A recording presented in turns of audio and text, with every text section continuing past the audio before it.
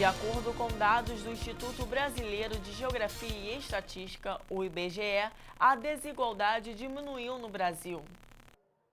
Há 30 anos, Letícia desce e sobe esta escada todos os dias. Só assim para chegar na casa onde vive na periferia de Osasco, Grande São Paulo. Hoje, ela revende produtos cosméticos e também trabalha como manicure.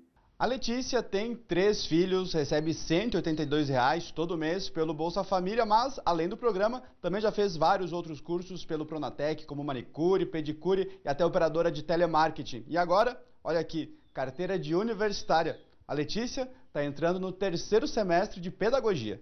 Ela financia 100% do curso pelo Fundo de Financiamento Estudantil FIES. E pensar que nunca imaginava chegar tão longe. Agora eu consegui enxergar também o lado da faculdade, que há muito tempo eu não pude correr atrás. Hoje em dia a gente tem um queijo, a faca na mão e a gente não sabe aproveitar. Hoje eu falo que eu estou aproveitando. A história da Letícia é exemplo da diminuição da desigualdade social no Brasil nos últimos 10 anos. Segundo dados do IBGE, em 2004, aqui no Brasil, o rendimento dos 10% mais ricos representava 4,3 vezes o rendimento dos 40% mais pobres. Em 2014, essa diferença passou para 3,1, redução de quase 28%. No mesmo período, o acesso da população a saneamento, água tratada, esgoto e coleta de lixo aumentou. Passou de pouco mais de 64% em 2004 para 70,7% em 2014. O acesso a bens também cresceu. A presença da máquina de lavar nas casas brasileiras passou de 34% em 2004 para 58% no ano passado. O Brasil reduziu muito a pobreza a partir de 2003, do início do governo do presidente Lula, e muita gente dizia que a pobreza e que a miséria estavam caindo no Brasil porque o mundo estava crescendo, o Brasil estava crescendo e a gente estava se aproveitando desses ventos favoráveis da economia mundial. E por isso a pobreza vinha caindo. Só que se a gente olhar a pobreza e a extrema pobreza nesse período, 2004, 2009, que era um período onde o mundo crescia, a China crescia, o Brasil estava conseguindo exportar muito, e olhar um período onde o mundo já entra em crise, né, e a dinâmica no Brasil já diminui, que é 2009 e 2014, a gente vê que a gente continuou reduzindo a pobreza, mesmo num período onde os ventos mundiais não nos favoreciam. Por quê? Exatamente porque a agenda social continuou, porque a gente continuou com políticas públicas voltadas para a população pobre, melhorando a vida dessa população e tivemos resultados. E a Letícia não tem dúvida, subir cada degrau dia a dia é inspiração na luta por melhores condições de vida. Se você correr atrás, você acreditar, né, não basta você querer e não correr atrás, porque hoje em dia não cai nada do céu. Então você tem que ir lá correr atrás, eu quero, eu posso e eu consigo. Ir lá e fazer, mostrar a diferença. Agora chama o nosso repórter esportivo Rian Gomes. Rian, o Campeonato Brasileiro terminou e tem torcida aliviada, não é? Boa tarde. Evelyn, o Campeonato Brasileiro chegou ao fim e ainda está repercutindo muito o rebaixamento do Vasco da Gama e, claro, o alívio do torcedor do Figueirense, que conseguiu uma vitória importantíssima para cima do Fluminense lá no Orlando Scarpelli, o gol do Salvador da Pátria em 2015, o Marcão, ele que é o artilheiro dos gols importantes lá para o time de Santa Catarina, conseguiu marcar esse gol aí, o gol que garantiu a permanência do time de Santa Catarina na Série A do Campeonato Brasileiro em 2016. Olha, agora essa vitória ligada ao empate do Vasco contra o Curitiba lá no Couto Pereira, você vê a imagem já lá no Couto, o Vasco teve um pênalti ao seu favor, tinha chance, até o juiz não marcou esse pênalti em cima do Nenê, que na minha opinião foi claro, mas a arbitragem não considerou o pênalti e acabou 0-0 a partida. Você vê o sofrimento do torcedor vascaíno, mais um ano vai ter que estar aí na Série B em 2016, é o terceiro rebaixamento do Cruz Maltino nos últimos 7 anos, vive uma crise incrível, o time, o gigante da colina, vai ter que jogar na Série B em 2016 e após o término do jogo 0-0, quem deu entrevista coletiva foi o técnico Jorginho e olha, ele se emocionou, hein? Nós procuramos fazer tudo aquilo que estava dentro das possibilidades e às vezes a gente, como foi falado, algumas noites eu consegui dormir, mas muitas noites não. Eu entreguei a minha vida.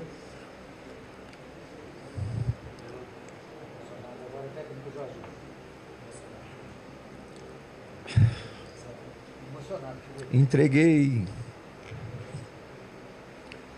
tudo que eu tinha de conhecimento do futebol, tudo aquilo que eu acumulei de experiência nos clubes que eu passei, na própria seleção, como atleta e como jogador. E não faria nada diferente. A gente realmente deu o nosso melhor, os jogadores fizeram o melhor, e eu via no olhar dos meus atletas a entrega, a confiança no trabalho, mas infelizmente não foi suficiente. Difícil não se emocionar, né? Quero dar os parabéns ao Jorginho pelo trabalho que fez no comando do Vasco da Gama. Um excelente segundo turno, foi uma das melhores equipes nesse pedaço do campeonato, mas infelizmente pagou pelo primeiro turno que fez um dos piores da história do time. Então fica difícil, vai amargar a Série B em 2016. Eu volto com você aí no estúdio, Evelyn. Obrigada, Rian, por trazer sempre as novidades do esporte. E no mundo das Olimpíadas, conheça agora a trajetória em desenhos do jogador de basquete brasileiro Anderson Varejão. Acompanhe. Essa história é de alguém que viajou o mundo jogando basquete e se tornou o primeiro brasileiro a disputar uma final da principal liga do mundo. Eu sou Anderson Varejão e esse é o meu Draw My Life. Eu nasci em 1982 em Colatina, no Espírito Santo. Comecei no basquete como hobby, brincando com meu pai e com meus irmãos. Minha família respirava basquete. Um deles, o Sandro Varejão, foi um grande jogador. Ele é 11 anos mais velho que eu e foi a minha maior influência. Me incentivou muito a jogar basquete e é o meu maior ídolo até hoje. Foi assim que aos 11 anos de idade, eu comecei a levar o esporte mais a sério. Naquela época eu tinha muitos apelidos. Era muito alto, magro, minha orelha se destacava e ainda era meio dentuço. A galera não perdoava, me chamavam de testão e sacolé. O primeiro clube que joguei foi o Saldanha da Gama. Depois fui para o Franca, em São Paulo, jogar nas categorias de base com meu outro irmão, Ângelo. O meu time ganhou tudo na categoria juvenil. Quando fui para o profissional, fui o atleta revelação no primeiro campeonato que disputei e o melhor jogador no segundo. Em 2002, com 19 anos, realizei o sonho de ser chamado para a seleção brasileira e de quebra tive a chance de jogar com o Sandro. Logo depois fui contratado para jogar no Barcelona. Fiquei 2 temporadas e meia lá e consegui ser campeão espanhol e europeu.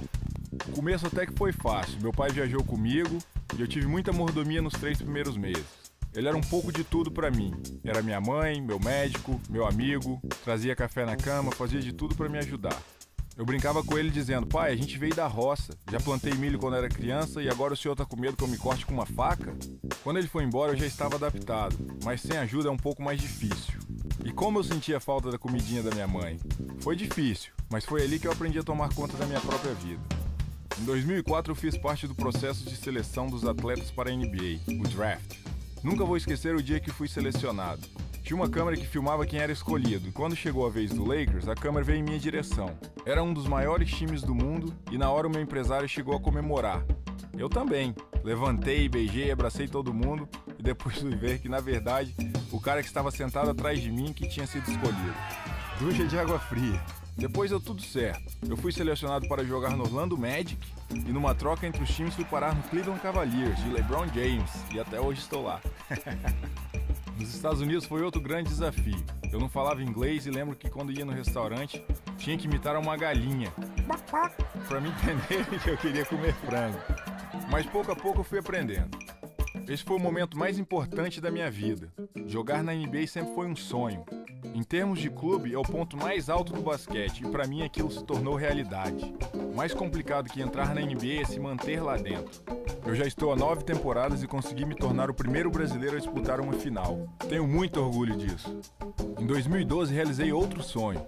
Fui aos Jogos Olímpicos de Londres. A seleção masculina estava há 16 anos sem participar dos Jogos e a cobrança era muito grande. Afinal, o Brasil sempre teve uma grande tradição. Já tinha inclusive conquistado medalhas tanto no masculino quanto no feminino. Por isso tenho orgulho de ter feito parte dessa geração. Lembro que quando eu cheguei na Vila Olímpica e olhei ao redor, fiquei sem acreditar que estava ali. A ficha só caiu na cerimônia de abertura. Foi outro momento inesquecível. Estava ao lado dos meus maiores ídolos. A gente fez uma boa campanha e acabou em 5º lugar. Foi uma experiência incrível. No começo de 2013, eu passei pelo momento mais difícil da minha vida. Descobri que tinha uma embolia pulmonar. Eu já tinha sofrido muitas lesões no meu corpo, mas dessa vez era mais sério, eu corria risco de morrer. O apoio da minha família e da minha noiva foram extremamente importantes para a minha recuperação. Agora eu já estou bem e em breve eu vou voltar ao basquete com tudo. Até porque quero muito jogar nos Jogos Olímpicos do Rio de Janeiro em 2016. Lá na minha casa a expectativa está cada vez maior. Seria maravilhoso conquistar uma medalha na frente da minha família toda. Eu vou correr atrás disso. Me aguarde. O Aquece Rio de hoje traz a maratona aquática. Fica na linha do...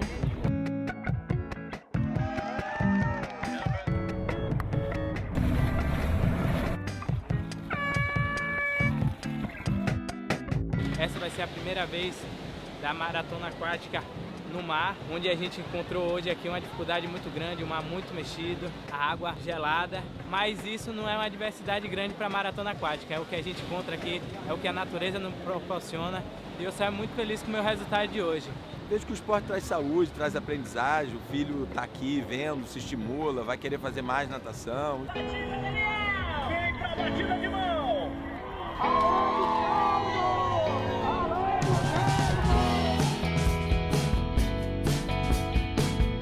Eu sou um mero prego, né? Os caras nadam demais. O cara fez 10 quilômetros em 2 horas e 3 minutos, se não me engano. É o tempo que eu consigo fazer 5 quilômetros, metade do percurso. Hoje a gente está fechando aqui o terceiro evento no Forte Copacabana. Foi positivo, uns eventos precisando um pouquinho mais de ajuste do que os outros, como normal, mas dentro do esperado, no balanço geral é de positividade.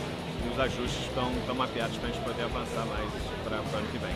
Muito bom testar com o mar um pouco mexido, testar com as configurações que a gente teve aqui, botar a equipe com um pouquinho mais de atenção nessas condições que são variáveis.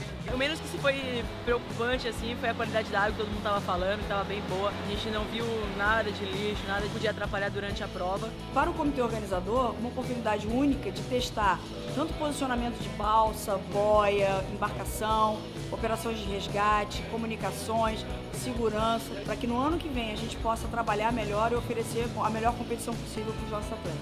Actually, while I was swimming out today, I had to take a second to appreciate where I was. As I was swimming along, I looked to the left, and there I could see was Corcovado kind of just, arms outstretched, welcoming me into his city, which was amazing. Mais um teste evento e a gente conta com a torcida de vocês daqui a um ano. Cada barulhinho que a gente escutar vai ser mais um ponto lá na frente.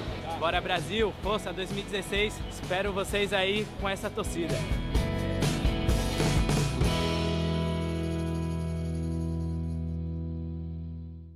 E esta edição do Jornal Metropolitano fica por aqui.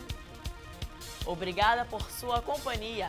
Você pode mandar a sua sugestão de pauta para o nosso e-mail metropolitanorio@regngt.com.br ou entrar em contato conosco através do telefone 021 38 90 3259.